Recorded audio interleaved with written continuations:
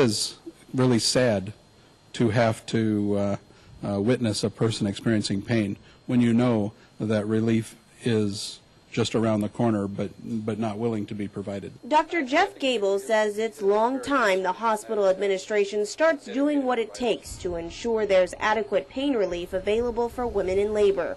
With 7 full-time anesthesiologists on the hospital's payroll and 2 part-timers, Dr. Gable says other healthcare facilities in the mainland have similar or less staffing in their anesthesia departments, but they still provide epidurals to women in labor. I think one of the biggest issues is making it happen, and I just think that it has not been made to happen in the past, and so now it's a ingrained thinking process that says we don't have to do this, and so it's just more work, and so they don't want to do it. As we reported, the hospital has said it can perform epidurals, but often because of the lack of availability of anesthesiologists, intrathecal injections of pain medication are given instead.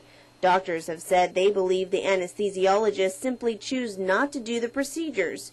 Intrathecals are a single injection into the spine, while an epidural is an ongoing pain reliever through a catheter. The epidural is a more time-intensive and work-intensive procedure. However, it's commonly done, and it's commonly available to laboring women all over the United States, and should be available to our women on this island. In fact, it was Dr. Gable's patient who requested an epidural on Good Friday, but was told the hospital was out of supplies and that an intrathecal could be performed instead if $600 was paid up front to the anesthesiologist. There was one of the physicians that saw that there was difficulty obtaining the analgesia for the patient and sought to arrange a private arrangement.